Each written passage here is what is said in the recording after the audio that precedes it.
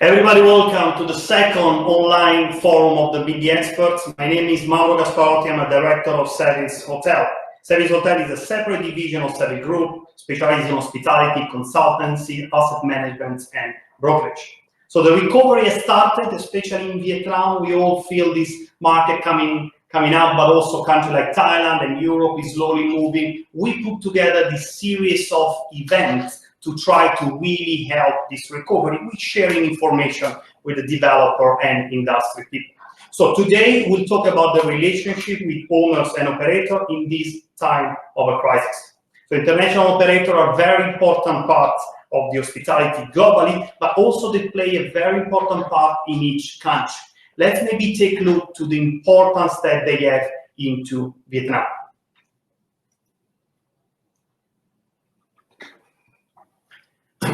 In 2010, Vietnam has 33 branded property. We went to 74 in 2019, and we are shooting up to an unbelievable level of 160 branded property in the whole country by 2020. More than 5,000 keys open under a brand in the last 15 months, and more than 20,000 are expected in the next 2 or 3 years. Some of them, they may be delayed because of this situation, but pretty much they're well advanced into the pipeline. Now, a lot of them are development projects, not existing projects. So how operators come on board with development projects? This is, they come on board actually pretty early stage of the planning. This is an illustration about the typical operator selection process. It starts with really consultancy, looking at the business plan, the positioning, leading to a design brief.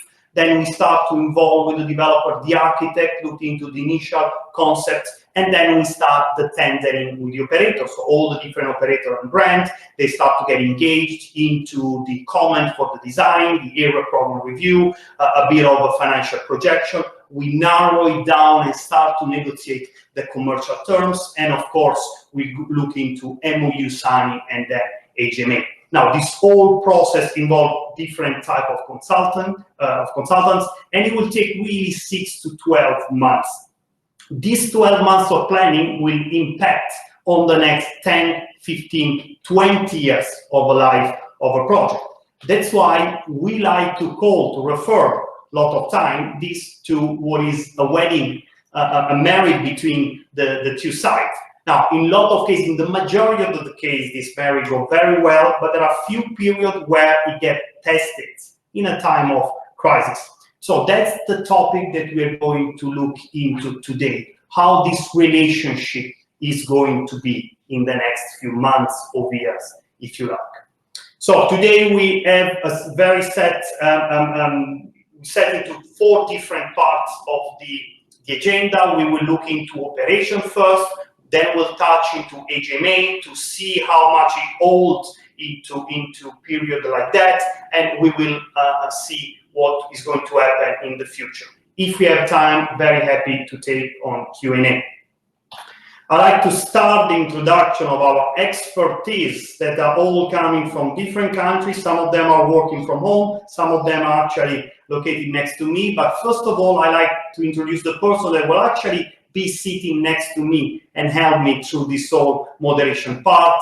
Please, Mr. Paul Volodarsky, from Senior Associate from DFDL. Please join me, Paul. Yes. Let's pretend I didn't know he was here. How are you? How are you and how your business is going? Brief one before I introduce the rest of the people. So far, we're doing quite well. We're actually very busy because right now there's a lot of uncertainties, and we have a lot of clients that are looking for how they can address the issues that are going on in a variety of sectors. But particularly in hospitality, it's been a lot of inquiries regarding what they need to be worried about at this time. And this is a great opportunity to talk about that. Looking forward to your legal discussion. Actually, we had a lot of lawyers on the other side. I bring my own here just to give me a bit more protection.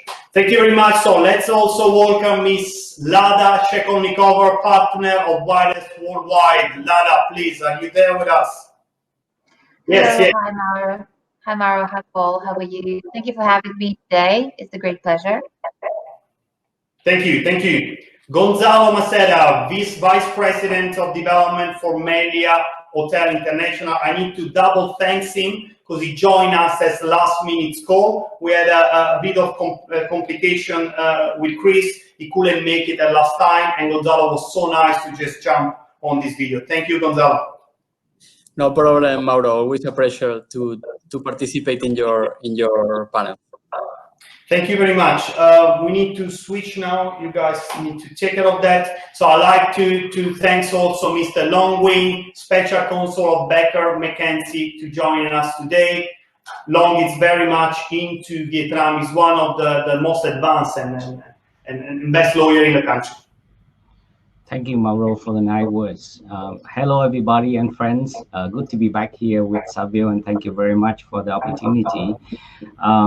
I'm looking forward to discuss with you about the very interesting topics today and how the road to recovery can actually take in part for all of us. Thank you. Thank you very much. Then last one, Mr. If we can get him on with us, Mr. Douglas Louden, owner representative for Rosewood, Phnompenh, but he also does several owner representation in this part of the world. Douglas, are you with us?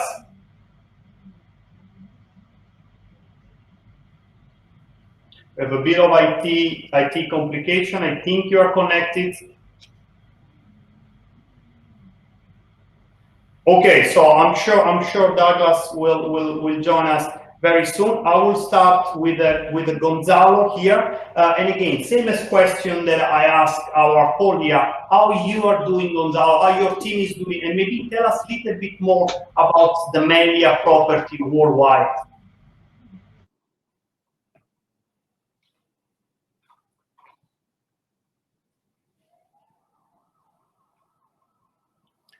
Gonzalo, your microphone.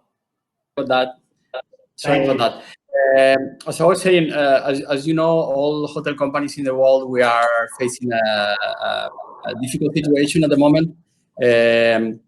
Our company is actually the leader of the Spanish market. You know also that Spain is one of the countries that have been greatly affected by this situation, with the result that at the moment, only 43 of our 350 hotels remain in operation. 11 of those hotels are actually in the Asia Pacific region. 6 hotels worldwide, they have become hospitalized, so they have become hospitals, and they are welcoming patients of COVID. And one of them, actually in Malaysia, is currently a quarantine hotel. As you know, in Malaysia, when the passengers arrive, passengers are tested. If there's any infected passenger, then that one is required to go to the hospital, and the others are required to stay in quarantine for 14 days. So one of our hotels in Malaysia is actually carrying out that function. So the situation obviously not very good.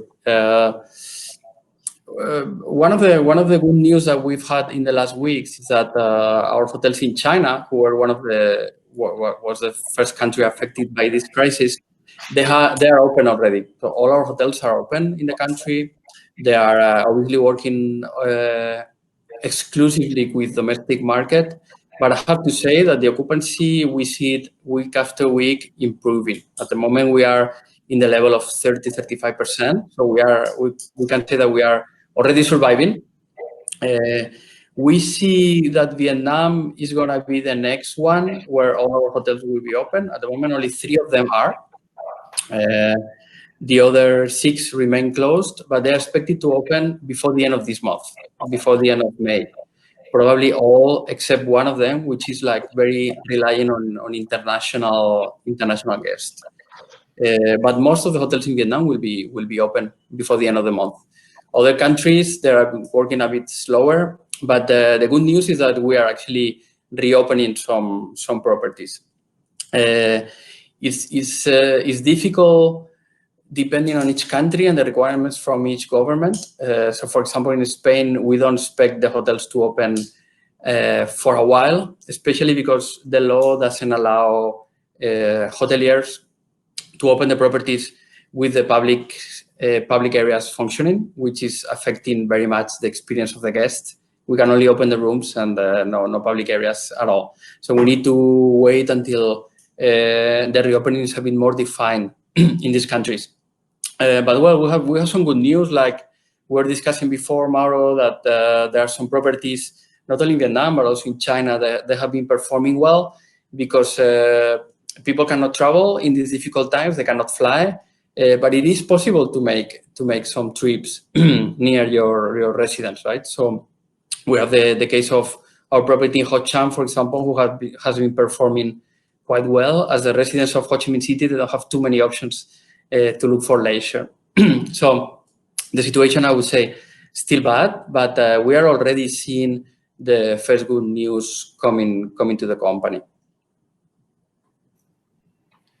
Thank you, Gonzalo. Excellent. Actually, myself, I was in your property last weekend. I spent a fantastic weekend over in Ho Chi Minh.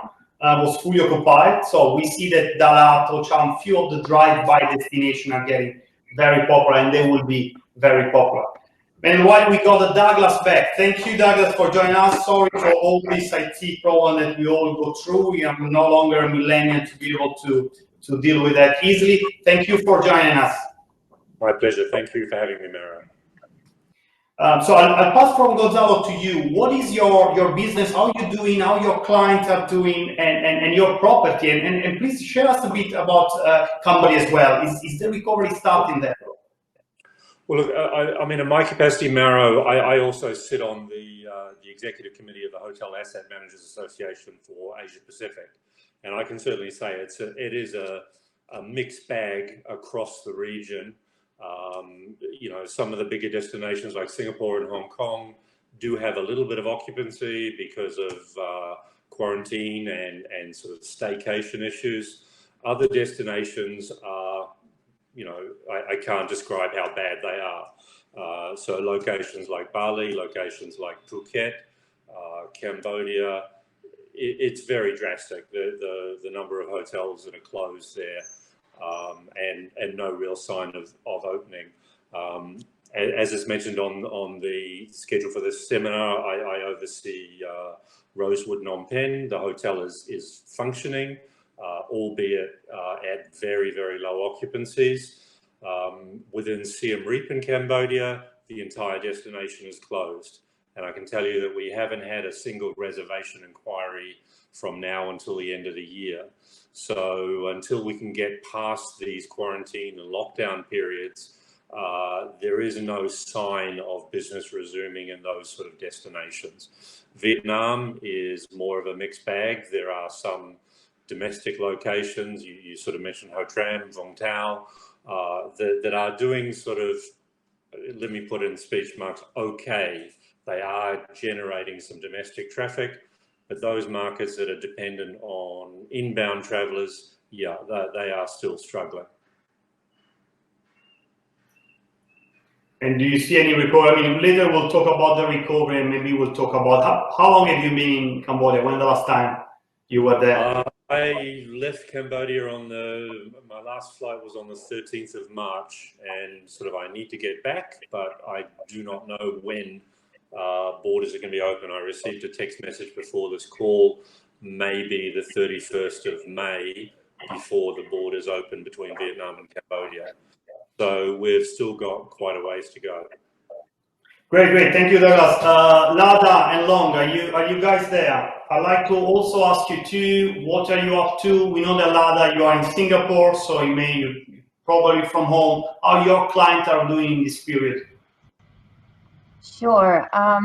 So the existing hotel operator appointment that started pre-COVID actually going ahead, despite what's going on in the world, because parties don't want to waste time and reluctant to waste time. They've already invested into this negotiations for many, many months, and they still want to seal the deal with the preferred operator and the preferred deal terms that are currently being locked in the LOI.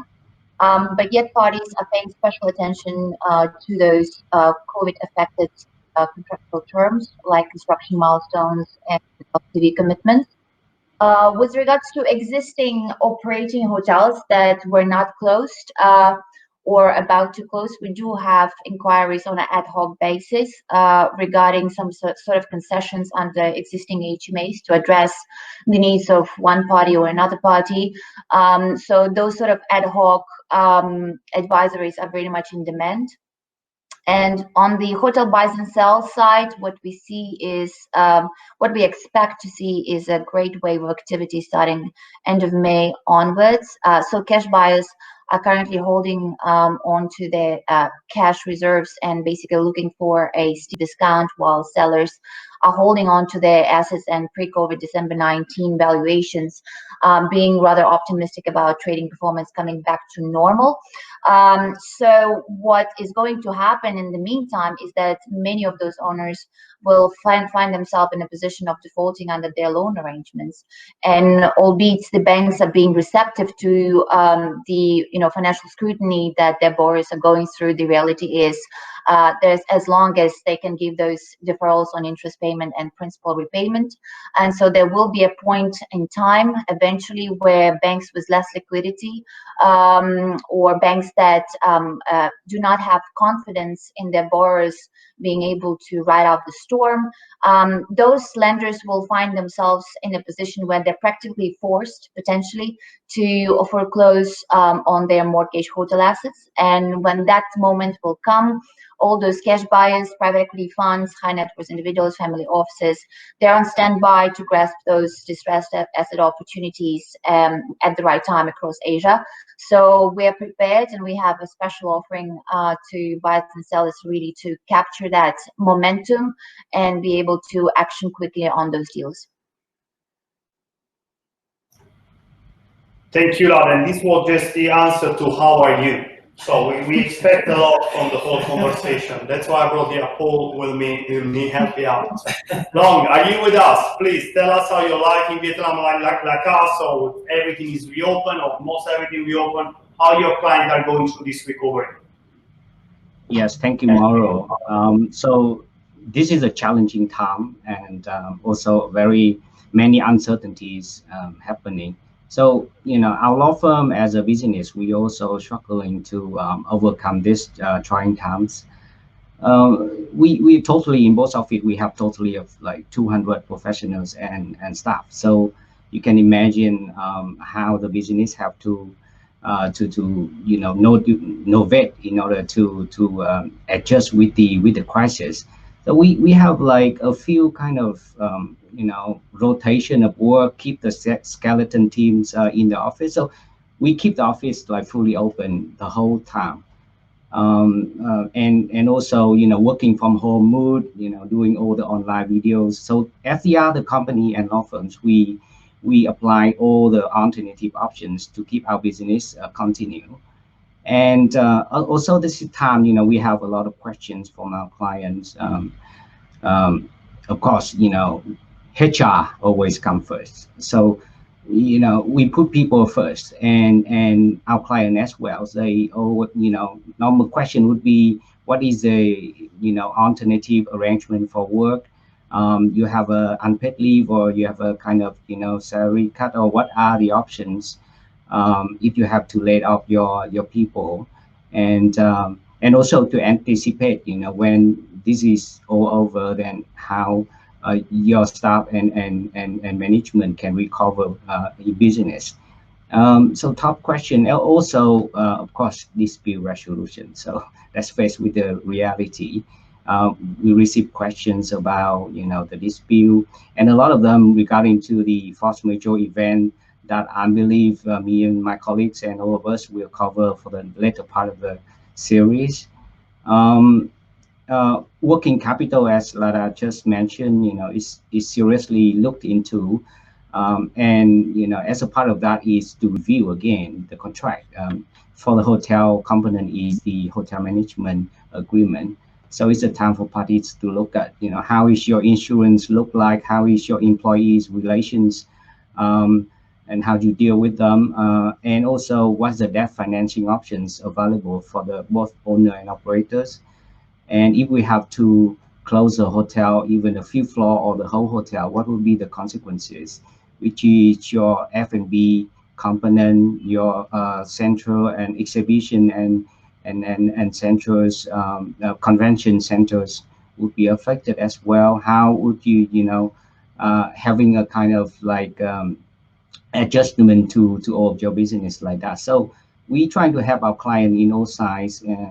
And from, speaking a little bit about the Vietnam perspective, we also access to all the government kind of loan structures and also the financing package to help all the businesses.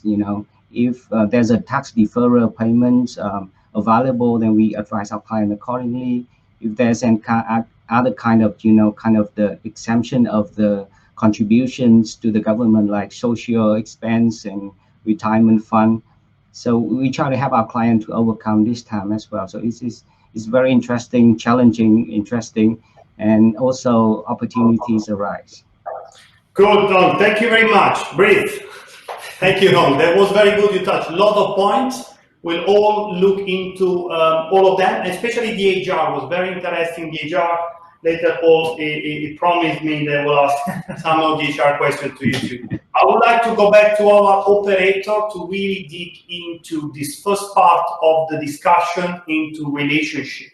So if Gonzalo is there, I'd like to move him and ask how you guys are supporting the single hotel owner through this period, how Melia is helping the relationship, but also them to overcome this period. Gonzalo, are you there?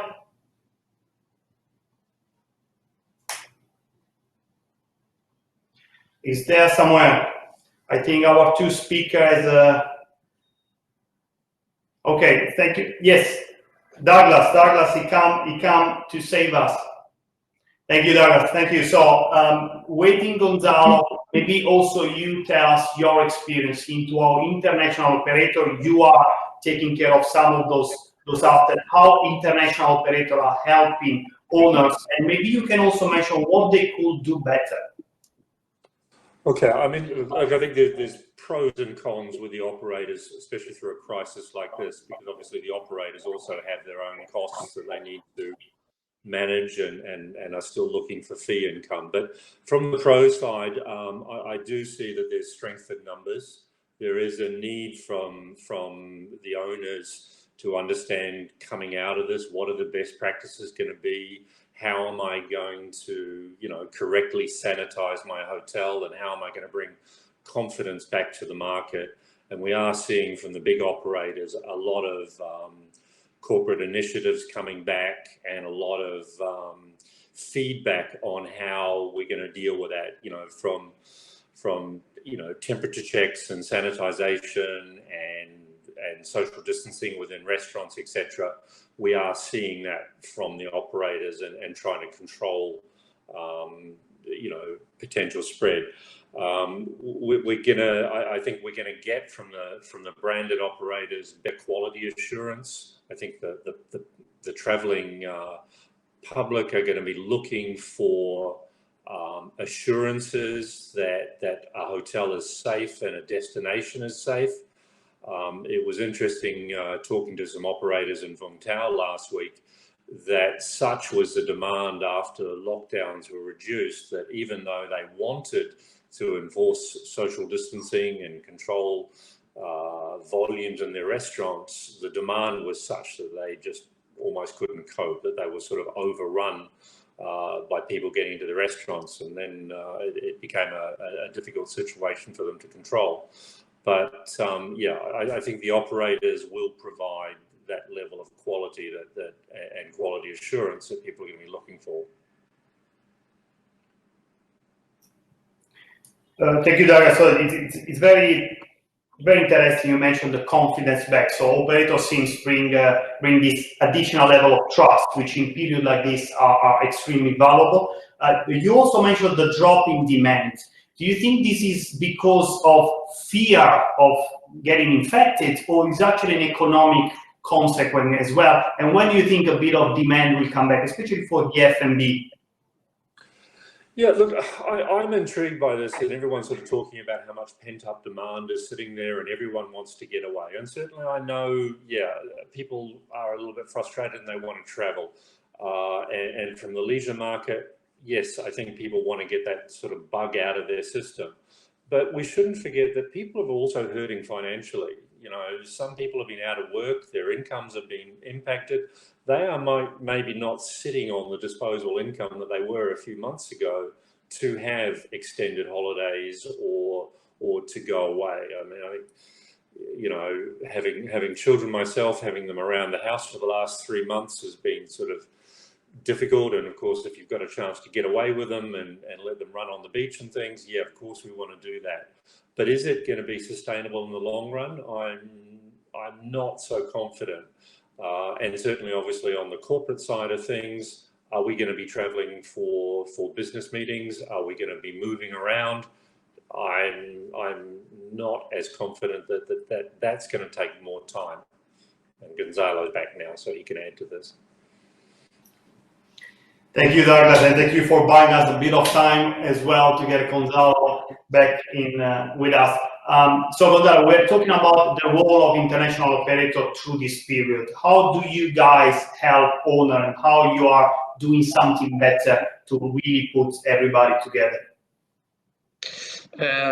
Well, one of the things that this crisis is bringing onto the table is that I think it's actually a very good opportunity to show our flexibility as operators. We always claim that we are very flexible with every owner, right? But this is really the time to show that you are, right?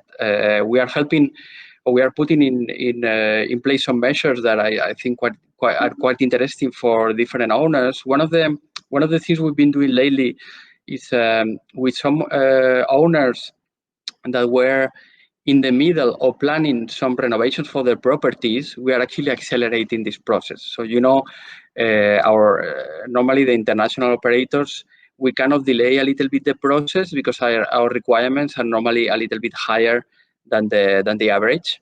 So we are actually being very proactive in being able to finalize as soon as possible, or to start as soon as possible, renovations that were already planned for the owners that actually have the cash flow to work on it, right?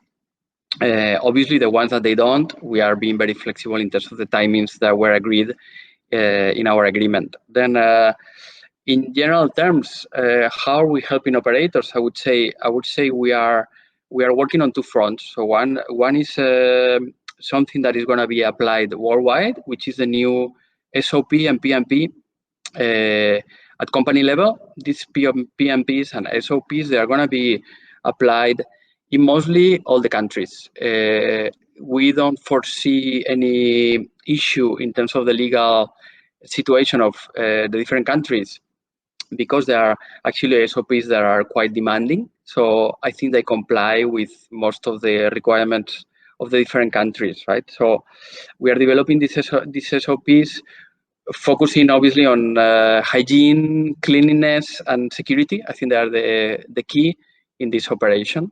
And we are also, but this is more like a Europe thing, we are working on a certification that they are calling, like temporarily, they are calling COVID-free, right?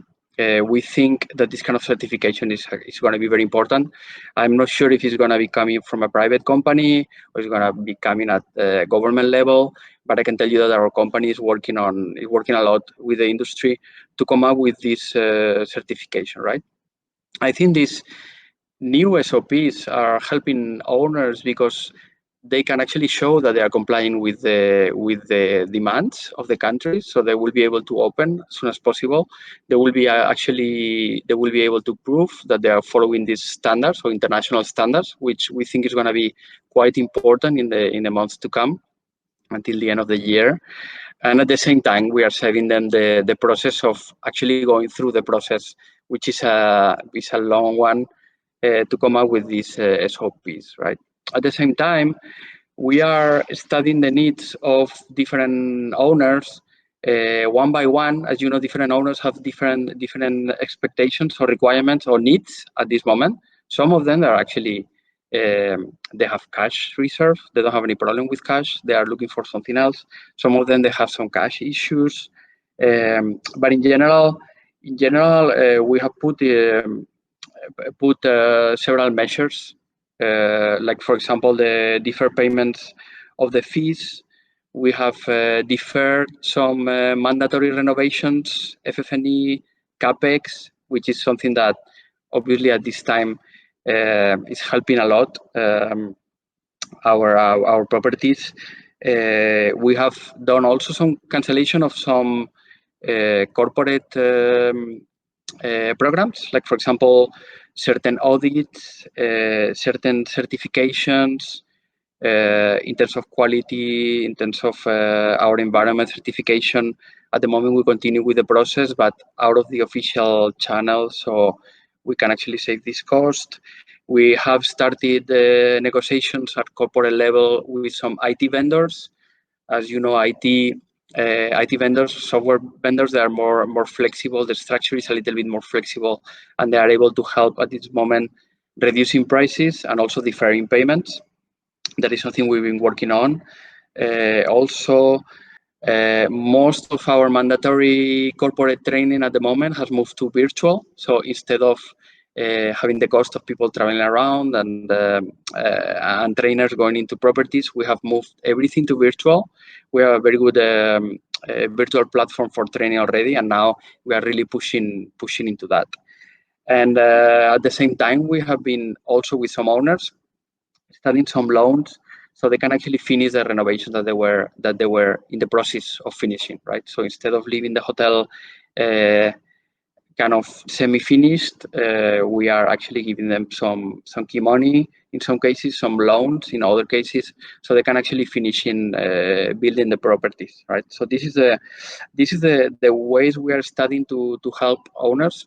I hope we really hope that it's gonna be helping them, and we study all of them case by case. I have to tell you also that we are receiving very good help on our level also. As you know, we lease some properties in Europe. We have seen that the lessors, they are actually very open to study different formulas to us as an operator, as a lessee of the building, right? Defer payments, in some cases, some discounts of the payments. So we have seen quite a lot of flexibility there. So I think actually this crisis is being such a worldwide issue. I think is bringing people together, and I see a lot of collaboration going on in the market. Thank you, Gonzalo. You guys are doing a fantastic job, I guess, and very busy and very active. So it seems that the word working together really apply in this case. That brings me to my next question to actually Paul sitting next to me on this working together. In a time of crisis, I like to ask you if you think the first things the owner do, they grab on a management agreement and they read it through, or there is a certain level of, okay, let's discuss before we even go what was agreed a few years back. And then maybe from this, you could engage the discussion with the rest of our panelists and digging a bit more into the legal part. Sure. I think as a general matter, owners and operators have to work together, especially at a time of crisis. And you see owners and operators working together, even when there isn't a crisis. There's always ways to try to maintain that relationship. Of course, with a hotel management agreement, you're often looking at a very long-term relationship between the parties. And so it's not something that owners or operators typically like to throw away very quickly just because there happens to be a problem. And I think what Gonzalo has brought up and what Douglas has also brought up is this idea of flexibility. And I'd like to ask Lada, in her experience, and I think in my experience as well, we see a lot of times that owners and operators oftentimes have some sort of informal agreements on how they're going to interpret the contract, even if it isn't technically in compliance with the contract terms. And I'd like to know, what are you seeing in the market in terms of some of these informal agreements, and how are they being formalized as the companies are creating their COVID-19 response measures?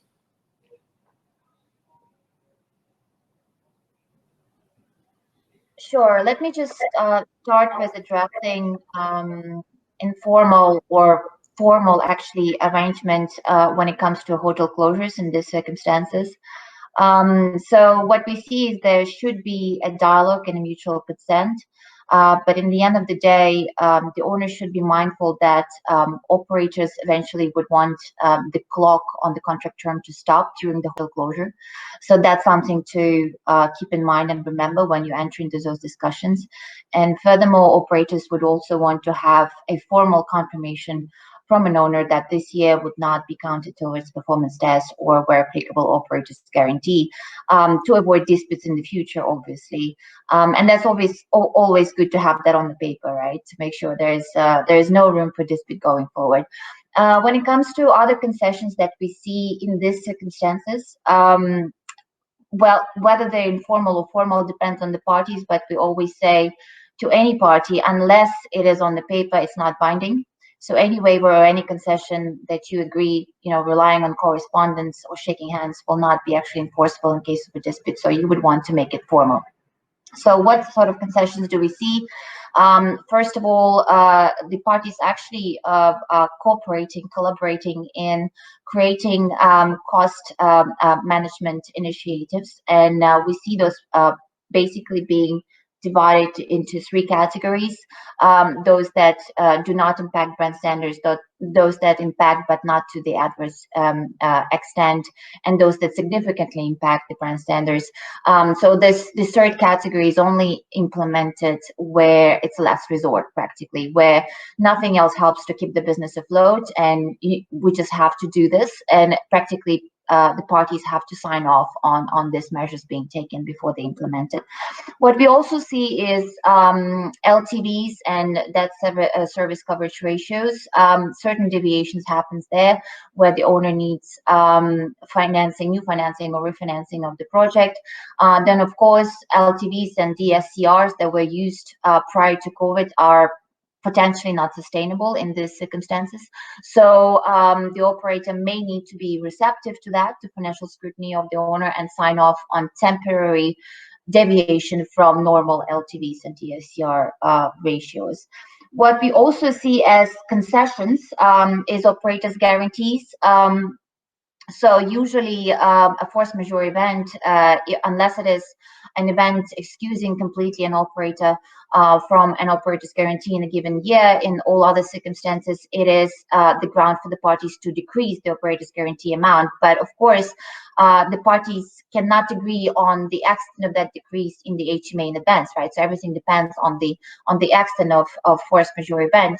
So what we're doing is we're having a lot of those negotiations where there is an operator's guarantee, how to equitably decrease that guarantee. So what we're doing with hotel consultants, we're actually doing reverse engineering exercise and implement that methodology to equitably peg to the GOP decrease to the RevPAR decrease, so it's equitable on both parties.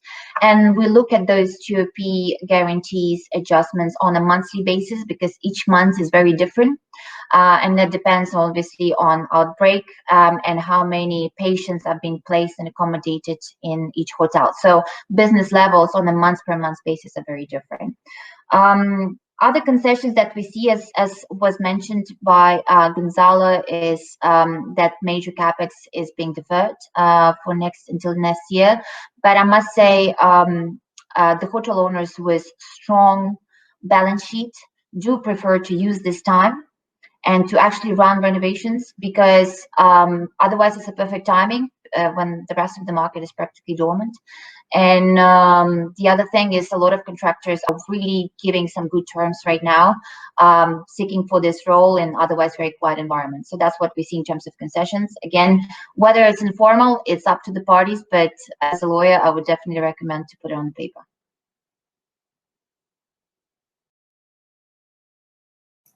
Yeah, I think as lawyers, we always want everything to be on paper and for the actions of the parties to match what the paper actually says, which I think is a really good point as owners are starting to start this process of negotiating with the operators in terms of how performance is going to work moving forward. And now moving to Long, what I'd like to do is ask you if you happen to know what are some of the common legal questions. I think you touched upon that on your introduction, but if you could expand a little bit, especially with regard to labor aspects relating to hotel properties, and also with anything relating to health liability that you're seeing in terms of additional questions from owners and operators. Sure. From labor aspect, absolutely is the people's safety and hygiene.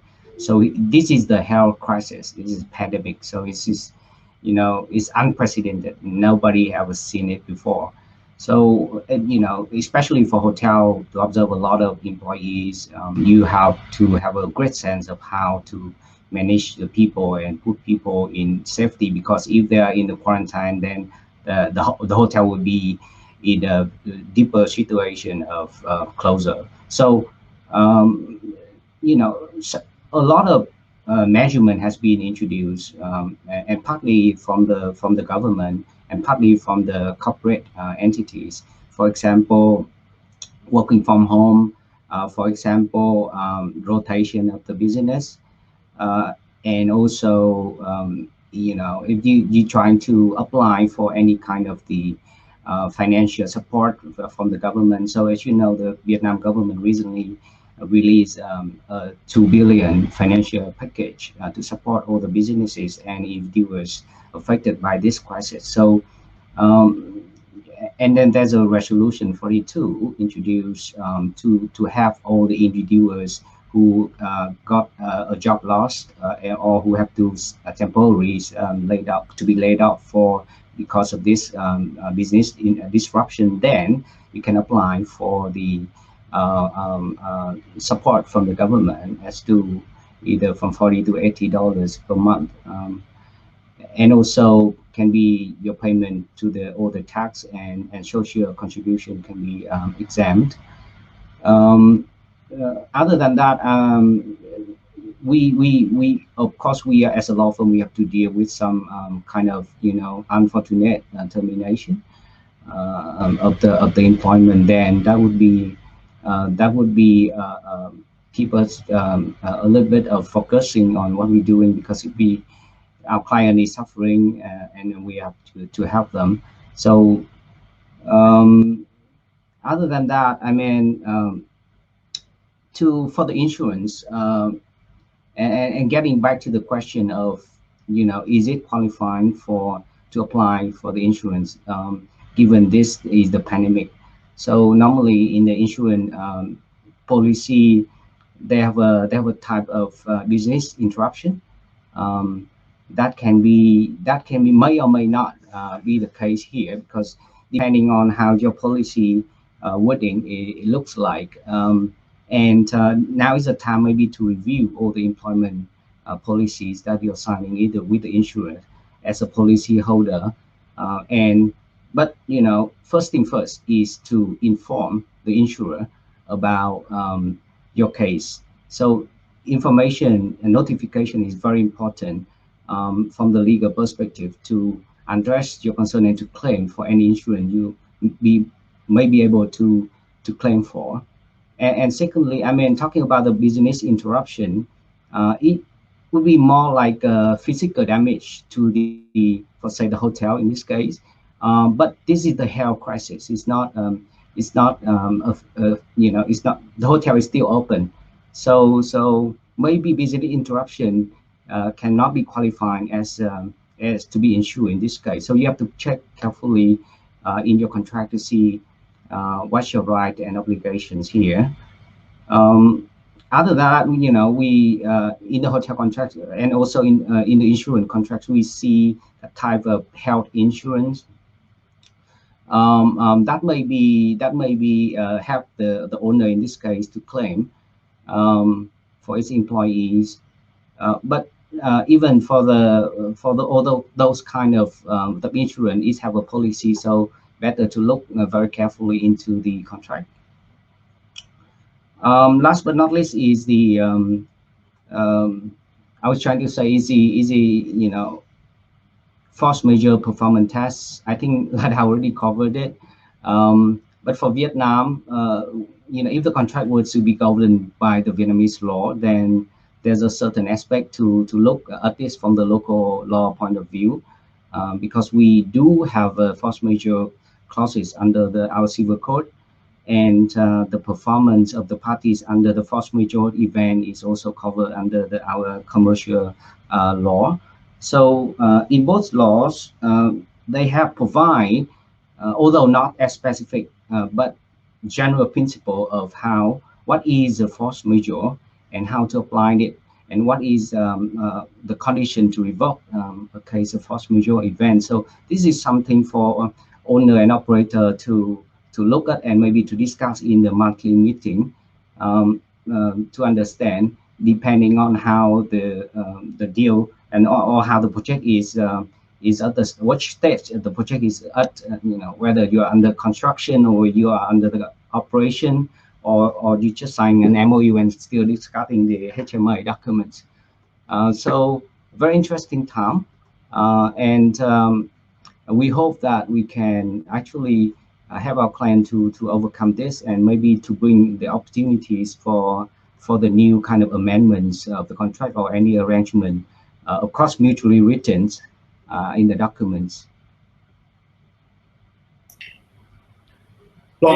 Sorry. Well, oh, go ahead. No, go ahead. I was jumping on the second. I was just going to say, I think you brought up a lot of interesting points, Long, especially touching on the performance test. And I think Lada has also brought up a little bit about the performance test. And I'd like to ask both of you regarding what you think about how the performance tests are going to be interpreted, especially with looking at it from the competitive set test versus the budget test. I think we're all pretty clear that hotels are not going to meet their budgets that were planned initially.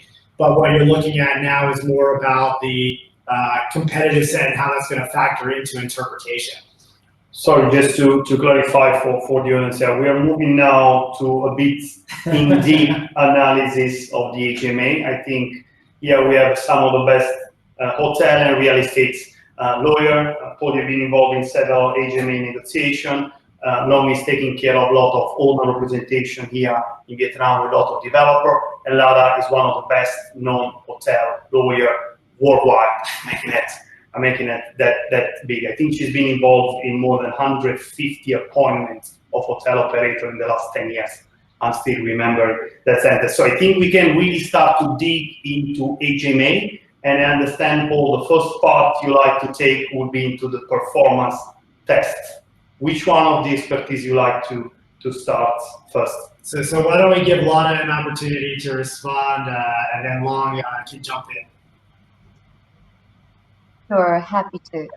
Okay, so what we need to look at is whether the government is providing some sort of business opportunities to existing properties to accommodate stay-home notice patients. So the mere fact that the government is providing those opportunities to hotels does not mean that COVID-19 per se is not a releasing event. In most cases, it will be a releasing event, releasing an operator from a performance test for this year. I'm not saying it's black and white 100%, but in most cases it will, especially if we're talking about GOP only test or classic two-limb test, which is historically is the most common test in this part of the world. The only exception might be for RevPAR test, which is RevPAR only test. That's when, if the government is providing an opportunity for hotels to generate business by accommodating patients, the owner might have an argument that if its operator chooses not to avail of that opportunity while its concept does and generates business out of that, then there is an argument, unless there is a good reason for him not, for the operator not to take that opportunity, then in that case it might be an argument. Again, it's on a case-by-case basis, has to be analyzed, the merits of the case, why an operator couldn't take that opportunity on board. I'm sure there are reasons. But otherwise, setting that variation aside of performance tests, in most cases, yes, COVID-19 ticks all the boxes when it comes to force majeure, because A, is beyond the party's control. B, it was not and couldn't have been foreseen last year when parties were approving the budgets for this year. And third, neither party could overcome the impact and effect that COVID-19 has on the market, on the industry, on this property, on this owner, on this operator. nothing can be changed. It's the way it is. Travel bans, stay home notices, and it's clear force majeure events in most circumstances. Again, there might be exceptions, and I'm sure they are, but those are really rather rare exceptions than the rule. And just to add in one point is really the force majeure event and how it applies really on a case-by-case basis when we talk about geographical specific in each of the HMA. In Vietnam, especially for like the island, there's no concept. So if there's no concept, then if you apply that kind of the force majeure event and compare to all the kind of similar situation in other concept, then there's no concept to compare. Other than that, depending on the contracts, it may have a provision if the owner normally would argue to limit the timing for the force majeure event to happen. If it was to be say less than 3 months, then the remaining 9 months would be arguably available for the performance test or not. Then also how the operator would trying to prove that this is force majeure, and as a part of that is how to showcase that the operator have been putting all the efforts to mitigate the situation. For example, in Vietnam, we have seen hotel putting as a kind of the quarantine center. Or the hotel is trying to having a kind of the online platform and approach alternative options for guests. Used to be all the foreigner visitor, now is focusing on the domestic tourists. So it's all the kind of information and also mitigation that the operator introduced can be counted, I think, and first and foremost, as a local law point of view here, is a notification between the party by in written is very important to record for the evidence in front of the court. So that, the party actually, but first and foremost is to discuss weekly basics, monthly basics, both sides to discuss and to find the solution for the case. Yeah. Yeah, and I think that raises a lot of interesting points, especially with regard to force majeure. I think there's a strong argument, as Lada mentioned, that force majeure is likely to apply in a lot of jurisdictions. It will ultimately come down to how the contract is interpreted by the courts in those jurisdictions where the law may not be so clear as to whether or not it's force majeure. And I think the next question, at least from my mind, in looking at the force majeure regulations throughout Southeast Asia, is how long this force majeure event will be considered to be continuing. So even if there is this position that force majeure has excused the operator from performance for a period of time, the next logical question is going to be, well, what period of time is that going to apply? And at what point does it become no longer a force majeure event in order to try to encourage or give leverage to owners in terms of their discussions with owners? And I'll leave that open to everybody here. If Lada or Long, if you want to jump in. Sure. So I'm happy to address that. Look, it's not a black and white mass way to say if it's more than 2 months, then yes, it affects, and if it's less than 2 months, then it doesn't count. No, actually, you have to look at what business have you lost because of COVID. Was it high season? Was it low season?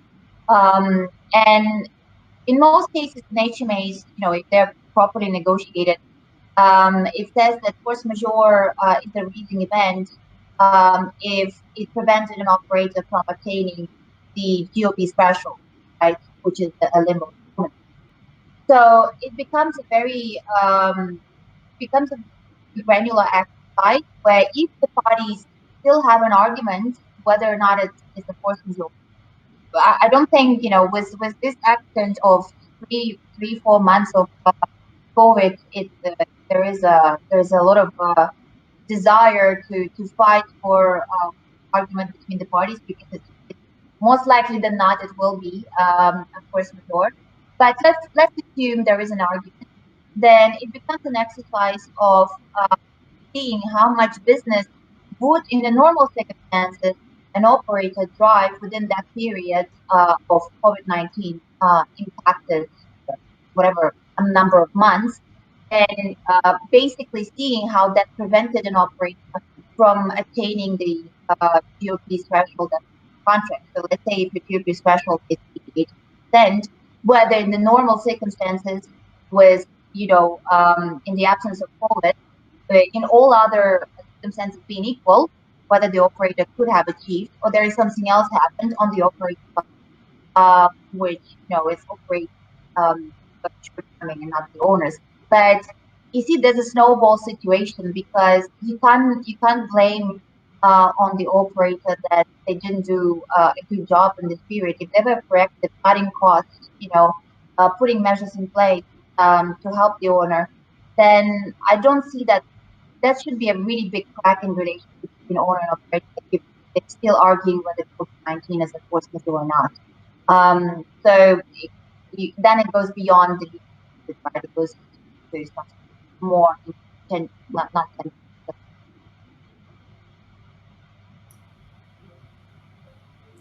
Don, do you have something to add? I was discussing this morning with Douglas. If Douglas is there, going back to really the performance test parts, in an interesting discussion. Douglas, are you connected? Okay, so he's not here yet. So only one. Okay, he's here. So I was trying to say that only one. No, please go ahead. So only one point to consider is I mean, a lot of contracts we see that the force majeure event is happen or not, but the payment to operator still need to be fulfilled. So that is something is very big point for our operators. So how the owner would provide financial enough cash flow positive to pay for all the fees. I think this point is very interesting. I mean, we touched base on the beginning of the show, but just to elaborate on that, I think the owner is also having a third-party supplier to go after, and also the owner having an insurance package to cover as well. So if operator can give the owner some kind of flexibility, like Gonzalo has mentioned earlier, which is very good, but also defer the payment of the fee, also exempts a certain payment of the fee for the owner to overcome this challenging time, would be much kind of the neutral situation, and fully would be working best for both sides, because we've seen a few clients have been asking us about how to persuade the operator to reduce the fee or to defer all the fee payments in this challenging time, because the owner is suffering a lot. Yeah, Douglas? Yeah, so I just want to add to it, because from the asset management point of view, and I think I agree with what Lada was saying, was that no one is really, I think, going to dispute force majeure for 2020. And we've seen a lot of operators send notices to owners of extraordinary event, and obviously put owners on notice that performance tests most probably going to have to be waived for 2020.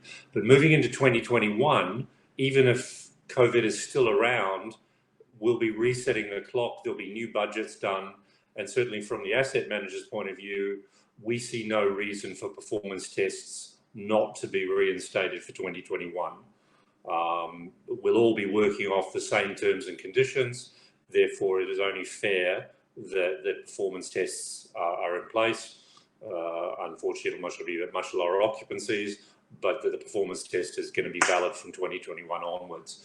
We have had examples of operators trying to invoke force majeure when their financial year ended 31st of March, when they were going to miss the performance test by a considerable margin, but have tried to invoke force majeure, commencing of March 2020. And that's something that's most we're going to have to go to independent experts to determine whether the owner has the operator has a valid case to claim force majeure when they most weren't going to reach the performance test anyway.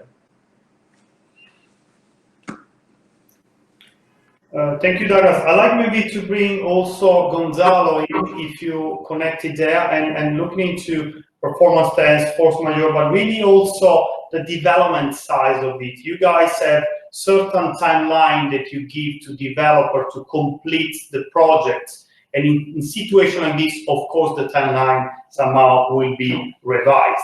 Will you bring certain level of flexibility to actually allow owners certain level of delay? Yeah, in general, part of the negotiation of a management agreement is focused on the fees, right? We have mostly owners focusing on reducing the fees. On our side, we try to counterbalance a reduction on the fees with tighter construction periods, right? As you know. In general, we are quite demanding on the construction periods or the terms when the hotel is supposed to be opening, right? This is a compromise that is done when the HMA is signed, and obviously there's a certain degree of flexibility, right? I have to tell you that we are not really good fans of charging any delay penalties, especially when you are keeping in mind, you have to keep in mind that the relationship between the operator and the owner goes from 10 to 15 years, and it's probably last more than that, right? When you are charging a delay penalty, you're already starting the relationship with the wrong foot. So it's something that we always try to avoid to charge, right? But we do use the penalty delay for completion to put some pressure on the developers in general, especially the first-time developers, to work more in an organized way, right? Now, during this crisis situation, obviously we are super flexible with this clause. We are not counting this year at all. We understand there are financial difficulties, but not only that, we have owners that they are really willing to complete their projects, and they just cannot do it because workers cannot move from one province to another. There's a lot of limitations in several countries, not only Vietnam, but we can find that in Indonesia, even China. So this is one of the clauses that I can tell you that Melia for sure is very flexible on, but I guess the rest of the operators will be also. Thank you, Gonzalo. And it's definitely very interesting, your super flexible type of reference. We've been working a lot, of course, management agreements and operator selection in the last few years, and everybody want a flexible operator, but now it seems that everybody will ask for a super flexible one. So staying with you, still on the line here, since we have you, we'd like to see a bit, to move to the next part of the forum and look into the future. So look at that when all of this will be finished. Hopefully 2021 will have already passed this period and everybody will be into almost a full speed. Will the world of international operators change in terms of the way they approach business? Will you see much strict SOP or way the management agreement will be different, or pretty much everything will be back to normal? Well, one thing that I can tell you that's going to change for sure is the insurance policies and how we negotiate them, and how do we help owners to discuss with the insurance companies to make sure that certain cases are covered, right? Nobody was thinking about pandemic some years ago. I think the only company that really were covering themselves against pandemics, I was reading an article the other day, was the Wimbledon tennis tournament, which apparently they have been covering pandemics in their insurance for the last 10 years. I think nobody was thinking about it, right? In our case, when in the HMA there is a sample, or there are certain conditions regarding the insurance that the owners need to contract. For sure, I can tell you that most operators, including us, we are going to be including some more, specifically some more cases where force majeure will be going to apply, specifically pandemics, of course, right? So we can make sure that these kind of cases are covered, including each business interruption. I think actually in this new normality that will start most likely beginning of next year, I think the value of management companies, international management companies, I think is going to be increased quite a lot, in the sense that there are certain hygiene factors that sometimes we forget about them, but an international brand brings you at least a minimum of a certain aspects, right? What we do actually call in branding these hygiene factors, right? Without really referring to the cleanliness and security. It's basically saying that when you go to an international level hotel, there are certain minimums that are covered, right? So I was telling you before about this COVID-free certification that for sure at one point it will come, and the SOPs that probably some independent operators will have different ways of implementing. When you stay in an international hotel, for sure there are certain minimums that are going to be covered, right? So I think our value there is going to be quite important, right? I do believe also that we do have a very important value in terms of sales and marketing. Your initial reaction when this kind of crisis come is to reduce pricing up to a certain level, right? To work on the pricing, right? Melia's strategy always has been to keep a certain price level, to be quite tough on that, and not to drop the price to levels where later on it will be very difficult to come up. So I think in there, our sales and revenue department is going to have a very good added value to all the owners, right? How do I see the world how do we see the world in 2021? We talk already about 2021 because we really think that this is going to be last at least for the next 6 or 8 months, right? We do believe that these SOPs we've been talking about, they will be implemented not only in Melia but other international chains worldwide, for sure. There are certain things like access control to the hotels that, if, for example, in Indonesia, we are very used to it. Every time you go into a hotel, you have to go through a metallic gate, right? I do expect that this is going to be implemented in more destinations in at least in Asia Pacific. More probably also at the beginning with temperature controls. I don't know how long that will last, but for sure until the end of the year, I think that this is going to happen.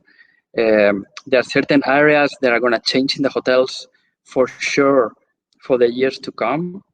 One of them would be, for example, this is a very obvious one, but it's the hotel buffet, right? I don't think we're going to be having the same concept of buffet that we've been having until now, right?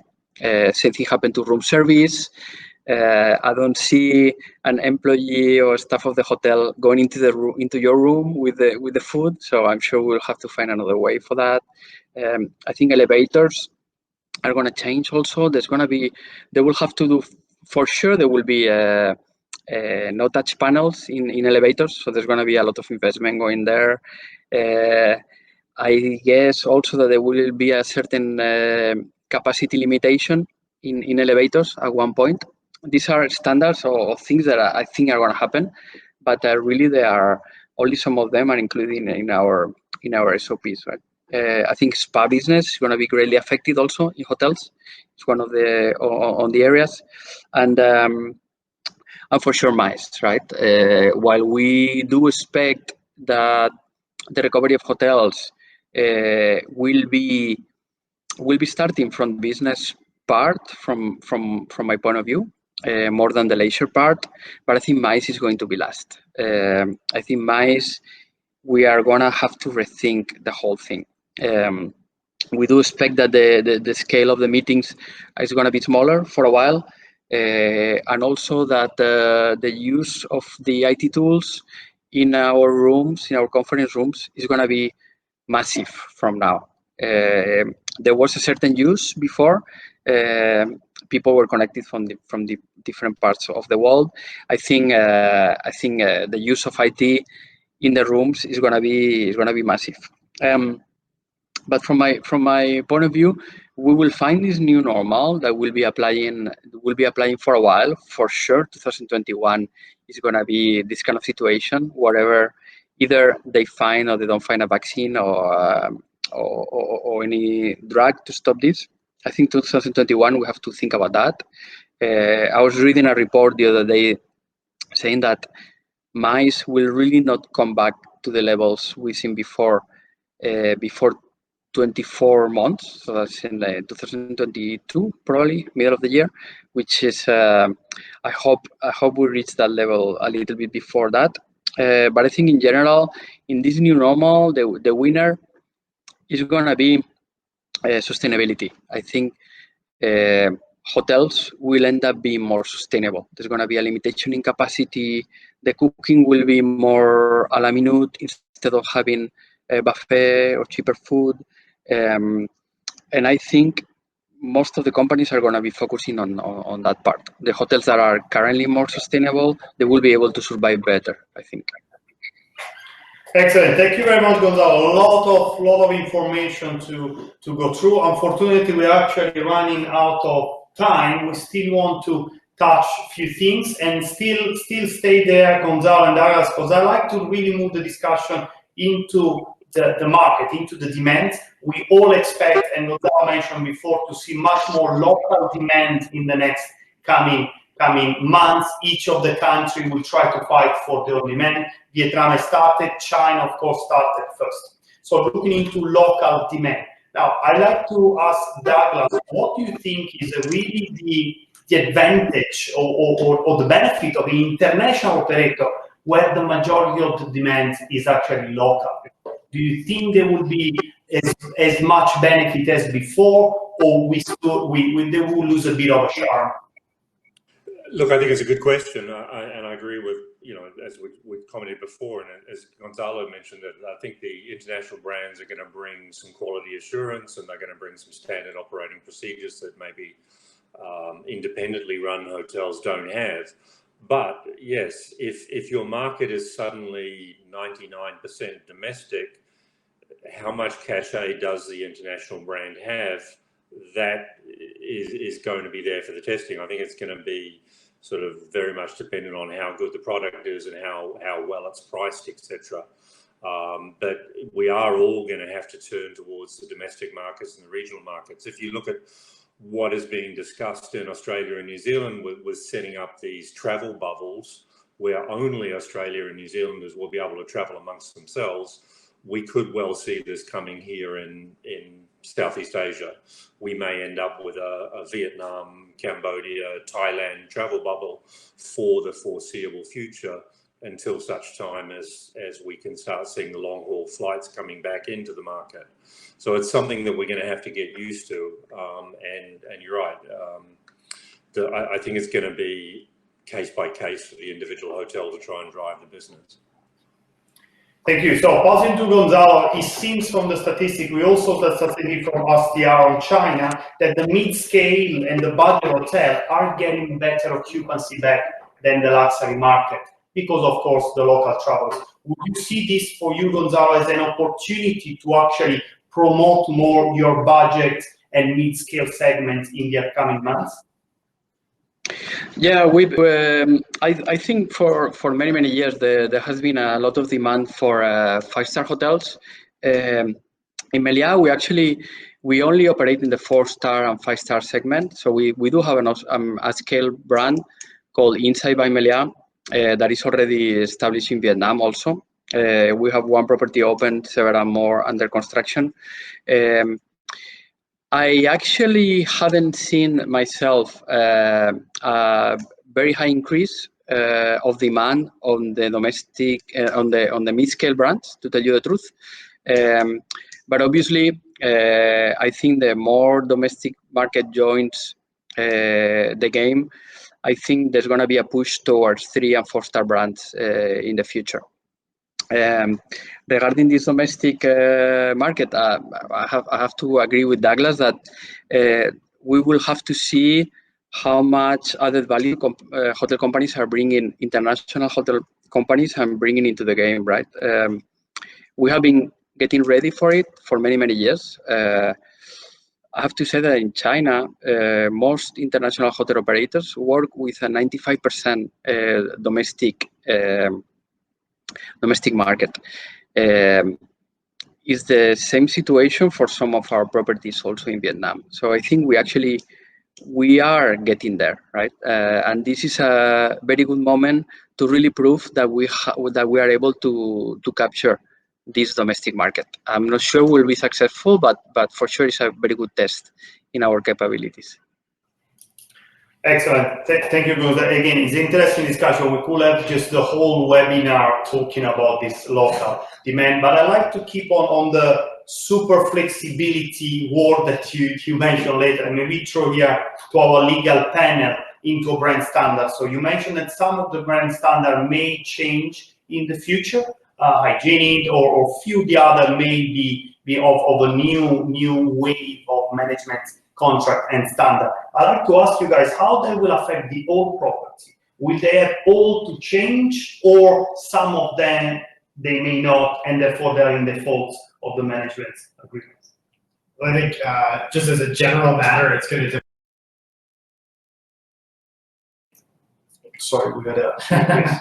Sorry, just as a general matter, it'll depend on the flexibility that was negotiated in the hotel management contracts in terms of the requirements for brand compliance. But I think one of the big things that's going to be a difficult discussion is going to be between brands and owners, especially for older hotels that will now need to incorporate additional brand standards. They will need to start discussing more directly with the operators to make sure that they're on the same page, especially with regard to the available financing in order to conduct the relevant changes. I think, Gonzalo, you talked about the no-touch elevator buttons in some of the hotels, and I think that these types of additional requirements are likely to become part of brand standards moving forward.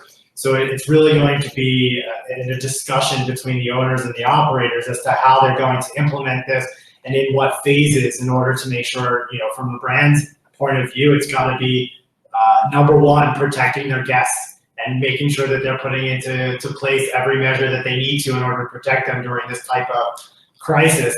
And from the owner's perspective, it's going to be, well, how do we keep the cost down, especially with performance being below what is expected from the budget, and owners basically having to come up with the funds in order to move forward. I think it's going to ultimately come down to how strong the relationship is between the brand and the hotel, and it'll come down, and that's where you'll see some of the flexibilities between owners and operators. Super flexibility. That I'm going to use it all the time. Thank you, Gonzalo. Maybe Paul, if you can just take it the last question, or maybe even really keep discussing brand standard with Lada and Long, which may join after.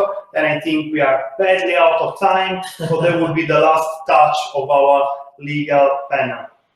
Sure. So I think, one of the big questions, and Long and Lada have both brought this up during the course of our discussion, which is the refinance and debt restructuring that we're expecting to happen. And so what I'd like to just put to you is looking into the future now.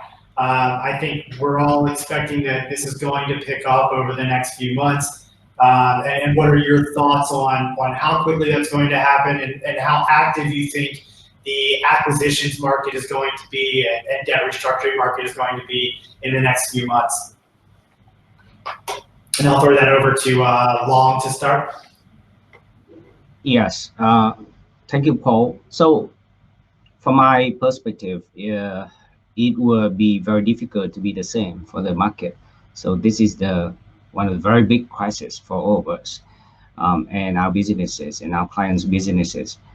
I guess the key message here is sustainability for all the businesses and cost control. So So having said that, I mean, the financing package is very important. I mean, I think both owner and operators to think about right now how to talk to your lenders and how to evaluate your access, because maybe now your access value would be decreased a little bit. So how to approach to the financial package for the bank, for the lender, and also how to seek the government support.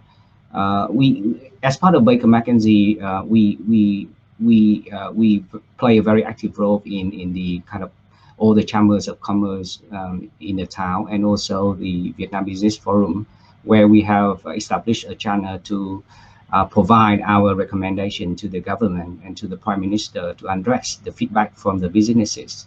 And one of the recommendation is to accelerate all the loan structure that can reach to all the business in Vietnam as soon as possible. Of course, the hotel and travel businesses is one of them.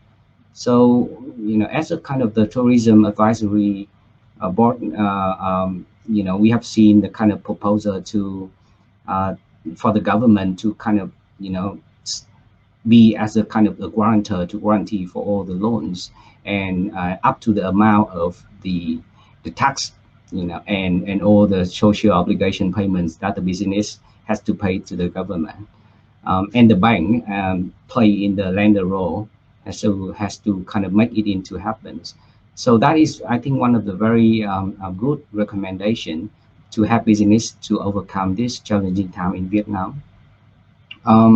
And also, looking at the corporate structure, maybe if because business have to sustain, and while we are waiting for this storm to pass by, then we have to keep our head low, I guess, is how the shareholder can provide such kind of shareholder loans to the project companies to accelerate all the source in cash situations.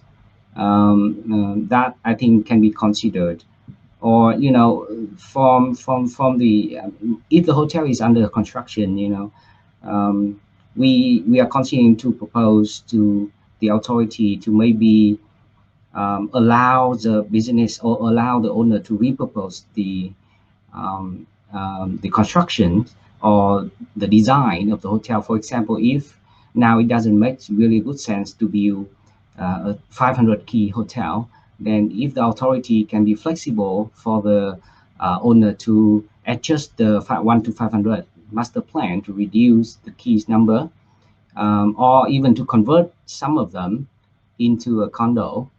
Or recently we see a case in Da Nang to propose to adjust the master plan into the kind of clinic or healthcare function as part of the construction. So that, I think, it would be another approach for all the hotel under construction to consider.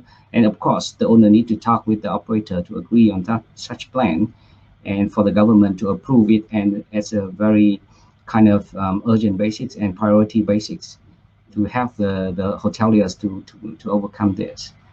And last but not least, I think is it would be if the market now very hard for like a city hotel 5-star or a resort hotel in the beachfront. All the buyer we see still looking very closely into the market to find such kind of properties for the opportunity to transact. So access distress here, it would be very interesting to look at, and I expect would be very hot market in here in the next few months or years. We see the most affected, like hotelier, is being the 3-4 stars. In the, like in Hanoi is the old quarter, or in Ho Chi Minh is a district one, where you have a kind of like rent of street front properties and renovate into the hotel, and you do it 10 of them, and now you're the one who most affected and have to lay off all the employees and close all the city front hotel. So maybe that is an opportunity for the foreign buyers to come in and look at, and then take over the business. from the local seller. So I'll leave the chance for Lada to talk further. Thank you, Long. So just to add on new financing and refinancing, because obviously hotels would need cash to reopen. And without that cash, obviously, it's very difficult for owners that close their hotels to navigate otherwise the storm. So here comes the dilemma, because in the current circumstances of uncertainty around trading performance, it is hard to predict how quickly the lenders will restore their confidence in a given market, in a hospitality industry as an industry, in a given owner, and in a given asset, right? So that becomes a chicken and egg situation, because owners on one hand need cash to continue operations to reopen. But on the other hand, until and unless the trading performance and the trading forecasts are robust and growing, it is difficult to say whether lenders will be confident enough to underwrite any new financing. So now what owners, that is not to say that financing will not be available for players with strong balance sheets. It will still be the case.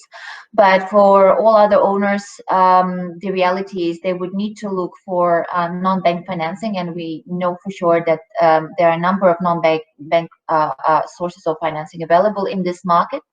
So one way is to look for those. The other one is to find a direct investor, be it high net worth, family office, private equity fund, to invest directly as shareholder, or potentially as also a lender with convertible loan, whatever works, and revive the business with the cash injection.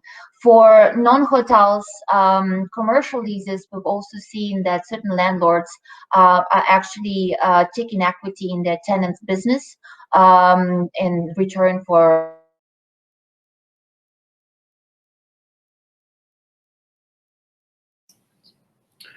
we have a last minute frozen situation for Lada. We'll give it 2 seconds. If she off the market, unfortunately was pretty interesting, the whole structure. We took already way more than what we supposed. I think we are almost running 2 hours. If this was a real conference, the hotel would have already kicked us out by far, but since online, we all survive with that. So Lada is gone. We have back Gonzalo, and Douglas cannot join because he's in the attendee. So I'd like maybe to close the conference. Unfortunately, we lost Lada at last minute, but again, she was sharing a lot of very good points. I'm sure we will have her again in one of our next conference. Long, if you're still there, please join us in the final. Thank you to our audience, and looking forward to see you guys in the next panel. There are a really lot of points that all of you brought it. We will keep coming with those. Douglas, if you're still there, so thank you very much for joining. On behalf of Lada, thank you on the audience, and looking forward to see everybody back on the next webinar and maybe meet up in person.